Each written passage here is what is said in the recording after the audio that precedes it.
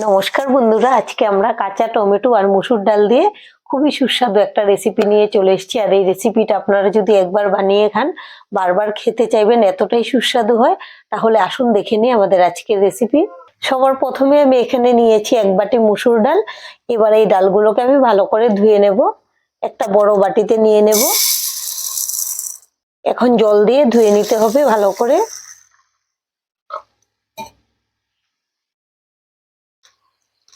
দেখুন আমি ডালগুলোকে কষলে কষলে ধুয়ে নিয়েছি, আর যে পর্যন্ত পরিষ্কার জলটা বের না হয় আমি ধুয়ে নেব।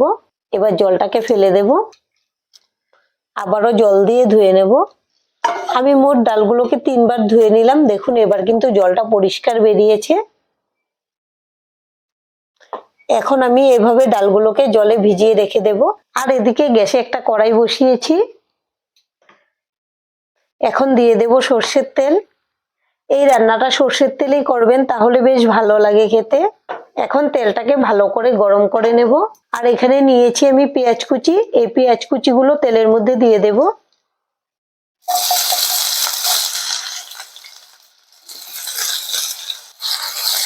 এখন ভেজে নেব পেঁয়াজগুলোকে। আর এই রান্নাটাতে পেঁয়াজটা একটু বেশি লাগে, কিন্তু খেতে কিন্তু দুর্দান্ত হয়। আপনারা মাছ মাংস রেখে এই রান্নাটা খেতে চাইবেন, এতই সুস্বাদু লাগে। বন্ধুরা আমি পেঁয়াজগুলোকে একদম লাল করে ভেজে নিয়েছি। এবার আমি একটা প্লেটে তুলে নেব, এটা আমাদের পরে কাজে লাগবে। এই যে দেখুন, ঠিক এরকম লাল করে ভেজে নিতে হবে।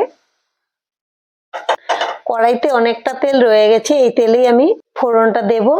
এখানে নিয়েছি পেঁয়াজ কুচি, আর দিয়ে দেব চেরা কাঁচা লঙ্কা। পেঁয়াজ আর কাঁচা লঙ্কাটাকে ভেজে নেব।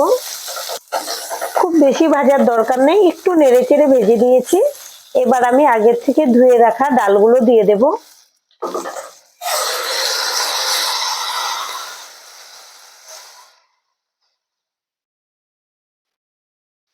আর এখানে নিয়েছি হাফ চামচের থেকে একটু বেশি হবে লবণ, লবণটা দিয়ে দেব। এবার খুব ভালো করে নেড়েচেড়ে মিশিয়ে নেব। দেখুন আমি ডালগুলোকে খুব ভালো করে ভেজে নিয়েছি, এখন কিন্তু কড়াইতে লেগে আসছে। এবার আমি দিয়ে দেব জল।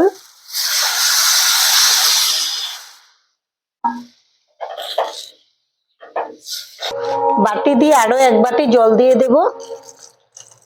ডালটা সেদ্ধ হতে একটু সময় লাগবে, তাই জলটা একটু বেশি দিতে হবে, না হলে শুকিয়ে যাবে। আমি তো লবণ দিয়েই দিলাম, তাড়াতাড়ি সেদ্ধ হয়ে যাবে লবণটা দেওয়ার জন্য। এবার ঢেকে ডালগুলোকে সেদ্ধ করে নেব। বন্ধুরা আমি 15 মিনিট পরে ফিরে এসেছি। আর দেখুন আমাদের ডাল 80% সেদ্ধ হয়ে গেছে।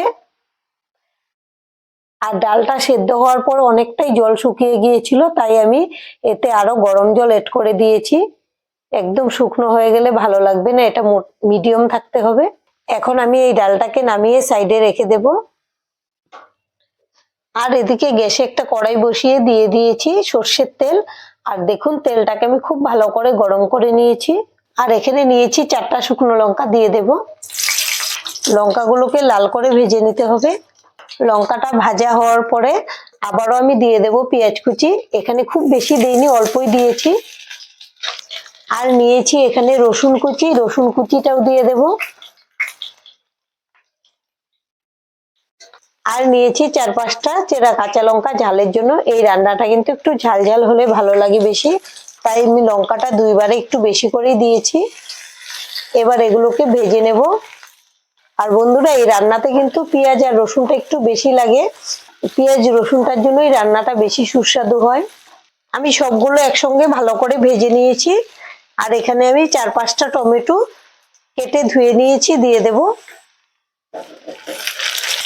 আর আমি ডাল সেদ্ধ করার সময় লবণ দিয়েছিলাম, তাই লবণটা বুঝে আমি 2 বারে দিয়ে দিচ্ছি। এবার টমেটোতেও লবণ দিয়ে দিলাম, আর দিয়ে দেব হলুদের গুঁড়ো। এবার একসঙ্গে ভেজে নেব। আমি খুব ভালো করে নেড়েচেড়ে ভেজে নিয়েছি। এবার আমি সেদ্ধ করে রাখা ডাল দিয়ে দেব।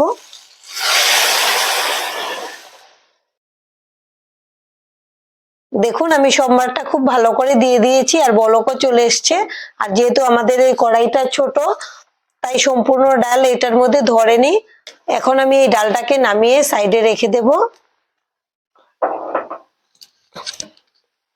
আবারও এই ডালের কড়াইটা বসিয়ে দিলাম। এবার আমি এই ডালটা এর মধ্যে ঢেলে দেব।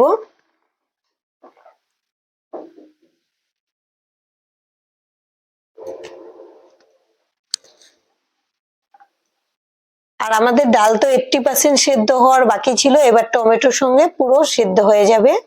এখন আরো ভালো করে জাল করে নেব, আমাদের রান্না কিন্তু এখনো বাকি আছে আরো কিছু দেওয়ার।